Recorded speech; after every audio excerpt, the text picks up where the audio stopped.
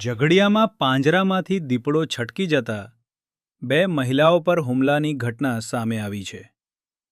ઈજાગ્રસ્ત મહિલાઓને સારવાર માટે હોસ્પિટલમાં ખસેડવામાં આવી હતી. ઘટનાના પગલે વન વિભાગે દીપડાને શોધવા માટે આસપાસના વિસ્તારોમાં ટીમો તૈનાત કરી છે. આ બનાવ બાદ સ્થાનિકોમાં ભારે ભયનો માહોલ જોવા મળ્યો છે. હું દાહોદ જિલ્લાના ખંગેલા ગામનો વતની છું અને ભરૂચના ઝઘડિયા તાલુકામાં કામ કરવા અર્થે આવેલા ચંતર બ્લાસ્ટરનું તેમાં કોઈ દીપડા દોડતા જઈને આવે અને 2 બહેનો પર હુમલો કરેલ છે. તો આ 2 બહેનોને આજે ભરૂચ સિવિલ હોસ્પિટલમાં એડમિટ કરવામાં આવેલ છે. ઈજામાં શું થયેલું છે? ઈજામાં શું આગેલું છે? શું એ લોકો ઈજામાં મેં નખ લાગેલા છે, હાથે અને પગ નખ લાગેલા છે.